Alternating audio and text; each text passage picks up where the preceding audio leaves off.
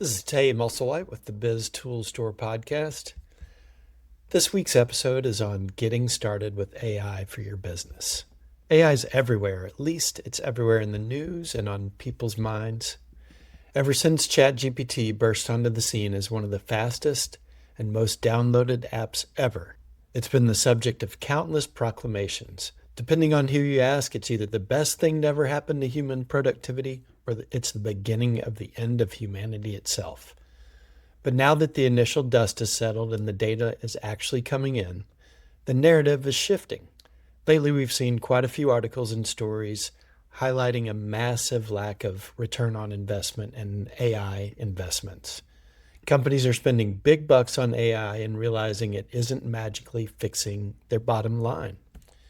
If you're feeling a bit disillusioned or just completely overwhelmed by the hype, I want you to take a deep breath, because the truth is, we've seen this exact movie before.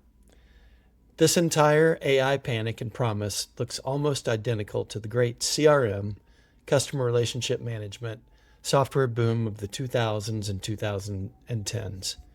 Back then, platforms like Salesforce and HubSpot promised incredible automated productivity that would revolutionize your business. But for a lot of companies, those promises fell completely short. Why? Because the tool is only as good as the person setting it up, and more importantly, whether that person actually understands the business problems they are trying to solve. I know this because I lived it. I used to install a lot of CRMs, in fact still do, and I saw two distinct ways that this went wrong, both of which are happening in AI today. Tale number one, it's knowing the business, missing the user. At one company I worked with, they assigned the CRM setup to an internal employee who knew the business inside and out. On paper, it was the perfect choice. But where they fell short was that they knew absolutely nothing about the actual sales process or what the end users needed from a CRM to do their jobs. The result was a system that looked great to executives but was completely useless to the people on the ground. So what do you think happened with that install? Nothing. It didn't even get off the ground. The parallel in AI is that this is like a business owner buying expensive AI enterprise tools because it sounds good in a boardroom without checking if their staff actually has a practical use for it. Another way that I saw things fail was what I'll call tale number two, the expert disaster. On a subsequent attempt at that same company, they went the opposite route. They brought in a stadium full of outside experts and MBAs to install a different CRM. They even invested in a huge consulting company that you've definitely heard of to come in and facilitate that installation. These tech wizards knew the software perfectly, but they didn't know a single thing about the actual business operations. They ended up designing a system that accidentally surfaced proprietary confidential information to clients at a very low access level. It was a security nightmare. That's the parallel with AI. This is exactly what's happening right now when companies hire expensive AI consultants who feed proprietary client data or trade secrets into public AI models, completely unaware of the data privacy liabilities they're creating. It's not just those consultants, but it is people in your business who are using AI, whether you like them to or not, they're using it. And if they are going to use it, which you have to assume that they are, you want them in models which you control and are insulated from data leakage. The core lesson here is, at the end of the day, whether it's a CRM in 2010 or an AI LLM today, the software mostly does the same things. The tech isn't the magic. What matters is the person setting it up, if they know the business and the specific problems that need to be solved. In the CRM world, the problems were clear. We need a centralized place to store contacts. We need to assist the sales cycle, and we need to forecast our pipeline. With AI, finding that starting point is increasingly hard because the tech is moving so fast that even those of us who live and breathe this stuff every day can barely keep up. In fact, I'll argue today that trying to keep up with everything is actually detrimental to your business. So in this episode of the BizToolStore Podcast, we're turning off the noise. We aren't going to talk about the future of humanity. We are going to talk about how to stop repeating yourself, how to pick one repeatable business problem, how to actually get a real ROI out of the AI tools you already own. Let's get into it. So how do we actually approach AI without losing our minds? First, we need to address the elephant in the room, the sheer pace of change. Right now, the AI landscape is moving so fast that even those of us who live and breathe this stuff every single day have trouble keeping up. Every Tuesday, there's a new model. Every Thursday, there's a new feature. And by Friday, your LinkedIn feed and Twitter feed is full of people telling you that you're falling behind. I'm here to tell you, stop trying to keep up with everything. In fact, I've found that trying to chase every new single tool is actually detrimental to your business. It creates a state of perpetual analysis paralysis. Instead, my focus has shifted entirely to a much simpler strategy. Use the tools you already have and learn to use them better. But as you do that, you have to watch out for what I call rabbit hole ROI, because AI makes things feel fast. It's incredibly easy to spend 3 hours trying to engineer the perfect prompt to automate a task that would have taken you 15 minutes to just do manually. If you aren't careful, AI becomes a time suck disguised as a productivity booster. To avoid the rabbit hole, you have to know exactly what problem you're trying to solve. What you really want to do is you want to pick a repeatable problem and keep a human in the loop.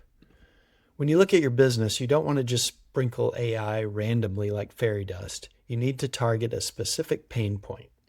For me, the very first problem AI helped me solve was creating content at scale. I was managing social posts for clients and trying to reply to a mountain of business reviews. It was a huge bottleneck. That brings us to the golden rule of business AI. The best problems to solve are repeatable problems. If you do a task once a quarter, don't waste time trying to build an AI system for it. But if it's something you do every single day or every single week, like drafting follow-up emails, summarizing meeting notes, or writing client updates, that's your sweet spot. But here's the trick to getting good results from the jump. Don't let the AI guess how you want it done. Use your own human-created content as a blueprint. If you want to write social posts, feed it 5 posts you wrote yourself and say, analyze this tone, this structure, and this style. Now write the next one based on this template. Giving the machine examples is the single fastest way to get an output that actually sounds like a human and fits your brand. A quick reality check here. AI is a phenomenal first draft machine, but it's a terrible final draft machine. It suffers from what the industry calls confident hallucination. It will lie to you with a straight face and perfect grammar. Never, under any circumstances, publish or send an AI output without a human eye on it. Treat the AI like a brilliant, lightning-fast intern. They can do 80% of the heavy lifting in 5 seconds, but you, the manager, still need to sign off on the work before it goes to a client. We'll call this next section, Stop Repeating Yourself. This is really the power of skills, gems, and projects. So once you find a repeatable problem and a prompt that works, you need to lock it in. This is where features like Claude's projects, GPTs, or Gemini's gems come into play. Think of these as customized mini versions of the AI that are pre-trained on your specific business rules. If you aren't using these features, you're essentially waking up with amnesia every single day. You'll find yourself typing the same background information, the same context, and the same rules over and over. Not only is that annoying, but it gives you highly inconsistent results. But building these customized tools requires you to do one thing that most business owners hate doing. You have to document what you're doing along the way. AI has a short-term memory, and this can be incredibly frustrating. So have you ever been working with AI? You're really getting into a groove, you finish a great task, and AI says, great, should we do the next thing? From a progress standpoint, it feels amazing, but behind the scenes, things are getting muddled. If you try to loop back to something you did an hour ago, the AI has often lost the thread. It will pretend it's up to speed, but it's actually just guessing. Here's my favorite power user hack to fix this. When you finish a successful session or hit a milestone in a chat, don't just close the tab, and certainly don't just leave your computer until the next day. Type this exact sentence into your machine. Please document everything we have done in this chat so far, organize the rules and context we established, and output it for me in a markdown file. Boom, copy that text. That markdown file is the exact blueprint you need to build your first permanent project, gem, or skill. Along those lines, what you need to know is that there's some limitations to the systems. So as you start pushing these tools harder, you're going to run into some technical guardrails. For example, if you're working on a long project inside of Claude, like building out a website or a massive report, you might hit a wall.